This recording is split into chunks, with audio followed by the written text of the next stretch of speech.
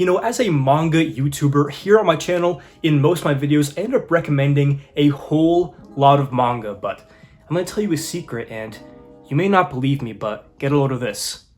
Sometimes I take other Mangatubers' recommendations. Yes, I know that is going to absolutely blow a lot of you guys' minds who think my manga taste is completely curated and formed within my own mind with no help from the outside, like in a vacuum. But that is just simply not the case. I watch a whole lot of manga YouTubers, and over the years I've picked up some series from them that I decided to try for myself. So I thought it'd be a pretty fun video today to kind of go through some manga YouTubers who I've taken manga recommendations from, go through the series, and then say what I thought about them, because there are some really good recommendations, but also some ones that I haven't enjoyed quite as much. So hopefully you guys do enjoy this video. If you guys do, make sure to leave a like and subscribe for more manga videos just like this. Also, go down to the comments below and leave a comment telling me one series or multiple manga series that you have read based off of my recommendations and what you thought about them. Again, I recommend so many series. I know some of you guys have tried out series such as Gantz because it's come from my recommendations, so let me know the series you tried based off my recommendations down in the comments below.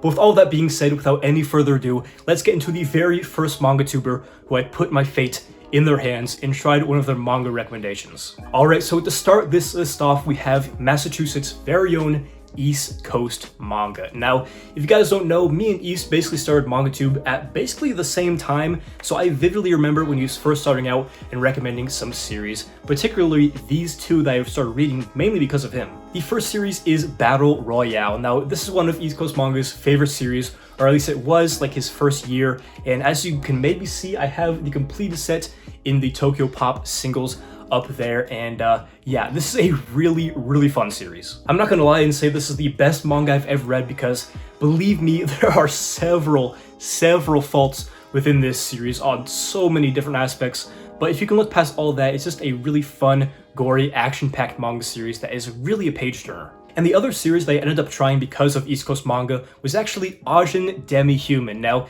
if you watch my manga that I've dropped video, which I uploaded several months ago, then you'll know that, I'm not a massive fan of Ajin. Don't get me wrong, I think Ajin has some very strong points, but again, like Battle Royale, it just has so many weak points that I really can't overlook, such as the main character is extremely unlikable, and just the whole shadow monster combat is super boring, which is like one of the things that I think would draw you to the series. But there are just a lot of aspects that are fumbled, and honestly, it just wasn't justifying the high price tag of these volumes, so even though I bought the series off of his recommendation and enjoyed it a decent amount, I ended up dropping this series, so in this aspect, I think EastCostManga let me down. Alright, so the next Mangatuber on the list is, of course, Hvlmanga. Now, Hvlmanga is a really cool creator, not only because she makes really awesome videos, but her manga taste is not very similar to other female Mangatubers you'll see on this platform. I just think it's really awesome how we share a lot of similar manga tastes, the hardcore seinen like Berserk, Vinland, as well as some shonen manga like Naruto, One Piece, and Rurouni Kenshin. But the one manga series that I can vividly remember picking up because of Hvlmanga is none other than Fist of the North Star. Now, if you guys watch her videos, you'll probably think like, this isn't really a manga series that she's particularly well known for, but I remember she was reviewing, I believe it was the first and second volumes, the hardcovers that came out on her Instagram story, and she said, this is like a turn your brain off, just juiced up dudes beating the shit out of each other. And I remember thinking in that moment, that is exactly what I look for in a manga series. I love turning my brain off and just having a good time. And as I've been reading Fist of the North Star in the hardcovers, I think I've read the first 4. I've really enjoyed it. It is exactly that. Nothing too, deep or philosophical, but just a great time nevertheless. The next Mangatuber that I've taken a few recommendations from is none other than Uchuu Shelf. Now, some of you guys may not know Uchuu Shelf. That's because he was more so of a creator when I was first getting on MangaTube, and he does have a podcast and still uploads pretty infrequently, but he has some really good videos, and in the past, I've taken quite a few recommendations from him. The first really big manga recommendation that I took from him is none other than Ping Pong. If you guys don't know, Ping Pong is one of my favorite sports series and in my top 10 manga of all time, so I absolutely love this series and everything Taya Matsumoto has really put out. And it was none other than Uchuu Shelf who actually introduced me to Ping Pong. It was kind of a meme on his channel. He was pushing for an English physical release, and then Viz finally put one out, and he was just, so happy about it. So I decided to pick it up. Absolutely love this series, and honestly, I don't think I would be quite into Taya Matsumoto like I am now as one of my favorite manga if it wasn't for his videos. And the other series that I started reading because of him is actually Bokurano Hours. Now, if you guys can see back here, I have the entire series, including my prized possession, Volume 3 right there. But I remember before I even made manga videos, I was merely a manga viewer. You know, I'd always pop into these guys' live streams and just have a great time watching their videos. And I remember it was a podcast, I believe, with Lohali and Uchuu Shelf, and they talked about their favorite sci-fi series, and they both said they really loved Bokurao no Hours, which I had never even heard of. Which is kind of incredible because Bokurao no Hours is such an infamous manga series. Obviously, if you've read it, you know what I'm talking about, but it is just super dark and kind of twisted at times. So, you know, I read the series, really enjoyed it. It's one of my personal favorite sci-fi manga of all time, so definitely very glad I popped in for that live stream because I got an amazing manga recommendation out of it. Now here on Mangatube, I get quite a lot of credit for having a very unique manga taste and, you know, knowing a lot of series that not all people know about. But I think if there is just one Mangatuber that has me beat in this regard, it is Weeabruh. I mean, aside from everything he picks up and reads in English, just all the foreign language stuff that he's able to read in like French and Spanish is just mind-blowing. I mean, he knows probably 10 times as many manga series as I do. And it's no surprise that I've naturally picked up a few manga recommendations from him here and there, all of which I have really enjoyed. The first manga series is Iron Walk Jan. Now, if you watch his videos or his streams, you'll remember he kind of went on this little campaign of saying Iron Walk Jan was peak fiction. So, you know, being the compulsive spender that I am, I bought a bunch of these rare, out-of-print, expensive volumes and decided to give the series a go. And while obviously Iron Walk Jan isn't like some amazing, masterful manga series, it is very, very enjoyable, you know? It's really cool to read a cooking manga that's so competitive and has really memorable characters and delicious-looking food. You know, this is the only cooking manga that I've ever read. I might read Food Wars because, you know, some of the covers just look really, really tasty. The next manga that I started reading because of Weeabruh is none other than Shion Blade of the Minstrel. Now,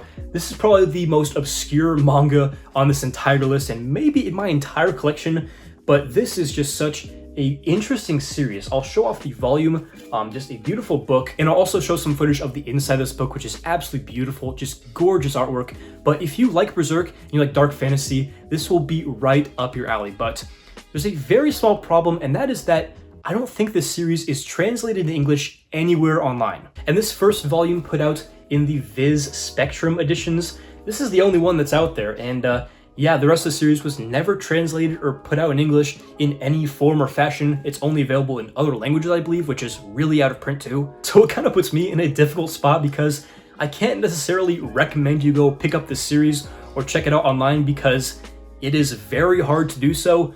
But if you can find this for a good price, I would really recommend it. It's a super interesting and absolutely beautifully drawn dark fantasy series. And the last thing that I've checked out from Weeabruh is none other than Vampire Hunter D, specifically the light novel. Now, I'm not a huge light novel reader, but I can definitely enjoy a good LN here and there. And after seeing Weeabruh have some pretty good luck finding these volumes out in the wild, I decided that I wanted to have some of these on my shelf as well. I absolutely love how these spines look, and as for the actual content of the series itself, it is pretty darn good. I'm about halfway through the first volume and absolutely love it. There's also a movie for Vampire Hunter D called Vampire Hunter D Bloodlust that was put on because of Weeabruh's infatuation with this series, and that is a very good movie. So if you don't feel like reading a light novel, but you want an amazing movie, definitely go check it out. Now, similar to Uchuu Shelf, this next Mangatuber is one who's not really active in the Mangatube space anymore, but definitely had a whole lot of influence on the manga that I picked up. I'm talking about Flip Otaku. Now, Flip is a good friend of mine. You know, I've talked with him